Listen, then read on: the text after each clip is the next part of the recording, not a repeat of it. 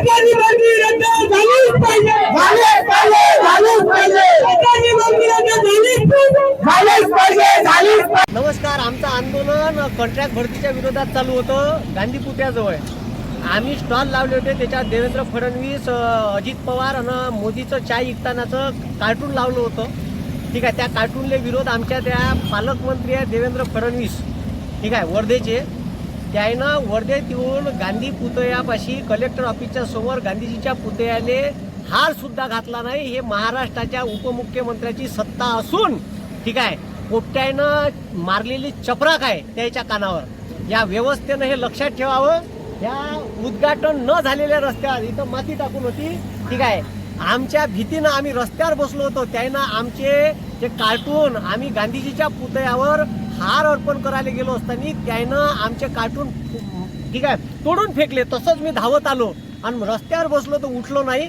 आज त्याले त्या गांधी पुतळ्यापासून बापू कुटीवर जात होतो, तो रस्ता आम्ही पॅकअप केला. तर यायनं ह्या पर्यायी रस्ता आहे ज्याचं उद्घाटन झालं नाही. त्यानं देवेंद्र फडणवीस महाराष्ट्राचे गृहमंत्री फाटे तक इथून पळाली, ठीक आहे, आणि वर्धेचे पालकमंत्री आहे.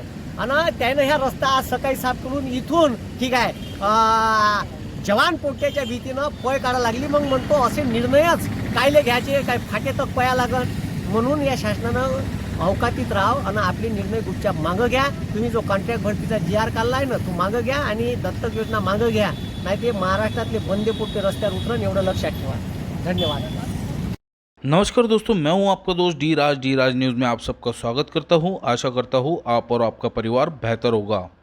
महाराष्ट्र राज्य सरकार ने सरकारी नौकरियों में पद भर्ती का निजीकरण करने का निर्णय लेकर बेरोजगारों पर अन्याय किया है। यह निर्णय तुरंत रद्द किया जाए, इस मांग को लेकर महाराष्ट्र राज्य के अकोला जिला स्थित विदर्भ स्पर्धा परीक्षा शिक्षक और विद्यार्थी संघ के लोगों ने एक दिवसीय धरने आंदोलन 5 अक्टूबर 2023 को किया था। छात्रों और शिक्षकों ने जिला अधिकारी कार्यालय के सामने आंदोलन कर जिलाधिकारी को अपनी मांगों का निवेदन सौंपा था। उस निवेदन में यह कहा गया था कि शासन के एक निर्णय से छात्रों में तीव्र रोष निर्माण हो गया है। शासन ने ये निर्णय रद्द नहीं किया तो ये आंदोलन आगे और अधिक तीव्र होगा। अब देखने वाली ये बात है कि कल आने वाले 7 और 8 अक्टूबर 2023 के दिन महाराष्ट्र अकोला स्थित शासकीय वैद्यकीय महाविद्यालय व सर्वोपचार रुग्णालय, जिसे मेन हॉस्पिटल भी कहा जाता है, इसके भव्य शिविर में आ रहे महाराष्ट्र राज्य के गृह मंत्री और उप मुख्यमंत्री देवेंद्र फडणवीस अपने भाषण में इस बात का जिक्र करते हैं या नहीं। और देखने वाली बात ये भी है कि सरकारी नौकरी और स्कूल प्राइवेटाइजेशन को लेकर विदर्भ स्पर्धा परीक्षा शिक्षक और विद्यार्थी संघ के लोगों की क्या प्रतिक्रिया होंगी। दोस्तों, आपको बता दूं कि महाराष्ट्र राज्य सरकार ने सभी क्षेत्र की नौकरियों का निजीकरण करने संबंध में निर्णय लेकर स्थायी रोजगार खत्म करने का षड्यंत्र किया है। सरकारी नौकरी करने इच्छुक युवाओं के सपने को चूर चूर कर दिया है। सरकारी नौकरियों का निजीकरण और आउटसोर्सिंग करने का निर्णय निजी संस्था को सरकारी विभाग में भर्ती करने की खुली छूट दे रहा है। अभियंता से सिपाही आदि विविध स्वर्ग के पद से स्थानिक निकाय संस्था विविध शासकीय में ठेकेदार के माध्यम से भर्ती की जाएंगी। पहले ही एम्प्लॉयमेंट एक्सचेंज जैसे संस्था बंद पड़ी है। राज्य में मराठा OBC आरक्षण आंदोलन चल रहा है। वही राज्य सरकार ने सरकारी पद भर्ती का निर्णय लेकर बेरोजगारों पर अन्याय किया है। 6 सितंबर 2023 को लिया गया सरकारी नौकरी के निजीकरण संदर्भ का निर्णय तुरंत रद्द किया जाए तथा राज्य की 62,000 सरकारी शाला बंद करने का निर्णय रद्द किया जाए आदि मांगों को लेकर शिक्षक विद्यार्थी संघ द्वारा जिलाधिकारी कार्यालय के सामने एक दिवसीय धरने आंदोलन किया गया था।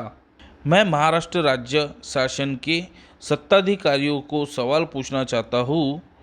महाराष्ट्र के अकोला डिस्ट्रिक्ट में आए हुए गृह मंत्री और उप मुख्यमंत्री देवेंद्र फडणवीस और सत्ता पक्ष में बैठे अकोला के पदाधिकारियों और विपक्ष में बैठे सत्ताधारियों से कि जब मराठा और OBC समुदाय की ओर से आरक्षण की मांग हो रही है तो यही टाइम आपने पहले का जीआर बदल कर अभी नया जीआर की क्या ज़रूरत आ गई कि आप सरकारी नौकरियों का निजीकरण कर रहे हो?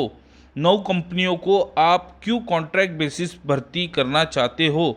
और जिन कंपनियों को आप ये ठेका दे रहे हो उसमें भाजपा सरकार में ही कुछ आमदार है कि जिनकी ये कंपनियां हैं। जैसे कुछ 9 कंपनियां हैं, बताया जा रहा है Extentex service limited, CMC IT service private limited, CMC governor India service limited, Inno IT infrastructure limited. ऐसी कुछ कंपनियां जो निजीकरण में आती है, वो कंपनियों को प्राइवेटाइजेशन का ठेका दिया जा रहा है। मैं महाराष्ट्र के सभी युवाओं को विनती करता हूँ कि आप अपने हक और अधिकारों के लिए संवैधानिक तरीके से आप अपनी राय रखें सरकार के सामने, जिससे कि आपको अपना अधिकार मिले। यह मेरी आप सब महाराष्ट्र सरकार से, महाराष्ट्र के युवाओं से, महाराष्ट्र के सभी उन छात्रों को जो रेडियो पे काम करते हो, जिसके माँ बाप ऑटो चलाते हो, ऐसे सभी लोगों से मैं निवेदन करता हूँ कि आप अपने अधिकारों के लिए सामने आए, वो भी संवैधानिक तरीके से। इसी के साथ दोस्तों मैं अपने इस ताज़ा खबर को यही विराम देता हूँ और आगे मिलता हूँ आपके साथ। धन्यवाद। आप मेरे इस YouTube चैनल को लाईक करें, शेअर करें और सबस्क्राईब करें। धन्यवाद। वाटायचे पहा, संधी ही कधी चालून येत नाही, आलेली संधीचं सोनं करावं लागते। आणि जर आपण आता जागा झालो नाही तर येणारा काळ पोरं आपला वाईट आहे, येणारा काळ आपल्याला वाईट आहे। आपल्याला यासाठी एकदा तरी रस्त्यावर यावं लागेल, संविधानिक मार्गाने आपल्या हक्कासाठी, आपल्या न्यायासाठी लढावंच लागेल। कमी किमतीमध्ये, कमी पगारामध्ये, कमी बुद्धिमत्तेचे लोक कमी वेळात जास्त दिवस काम करायला भेटतील, तेव्हा आपल्यासारखा हुशार जर या पदातून हुकला तर 138 वर्गातील शासकीय पद कंत्राटी कंपन्यांमार्फत भरणार। शासकीय कंत्राटी भरतीचा जीआर अखेर निघाला। 9 कंपन्यांना टेंडर देण्यात आलं। शिपायापासून अभियंत्यापर्यंतची पद कंत्राटी पद्धतीने भरणार। सरकारकडून कंत्राटी भरतीचा जीआर जारी।